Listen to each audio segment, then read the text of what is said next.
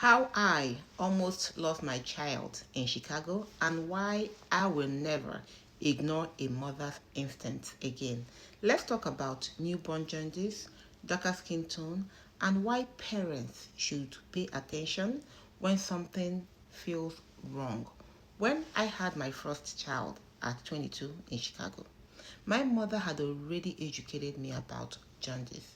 She told me, don't just look at your baby's pretty face, look at the whole body, look at the eyes.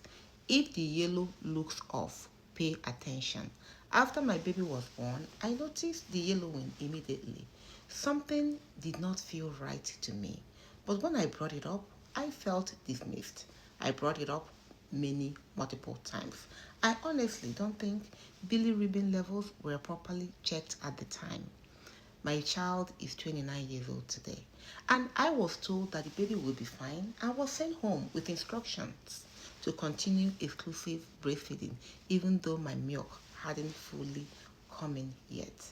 And to be clear, breastfeeding was not the problem, but if a newborn is not getting enough intake while bilirubin levels are already rising, dehydration and poor bilirubin clearance can make jaundice worse.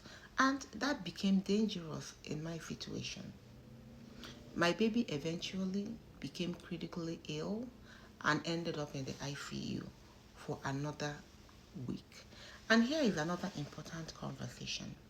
Jaundice can sometimes be harder to visually recognize in babies with darker skin tones.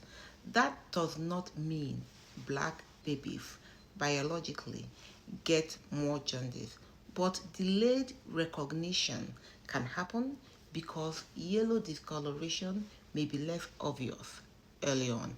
That's why healthcare providers and parents may need to look more carefully at the eyes, gums, lips, palms, soles of the feet, and overall body tone. But recognizing medical condition on different skin tones matters in healthcare. And sometimes mothers know when something is wrong.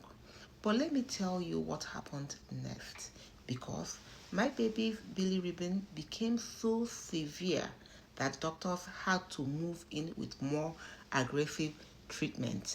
And in part two, I'm going to explain what bilirubin actually is, how jaundice is treated, and what had to be done to save my baby.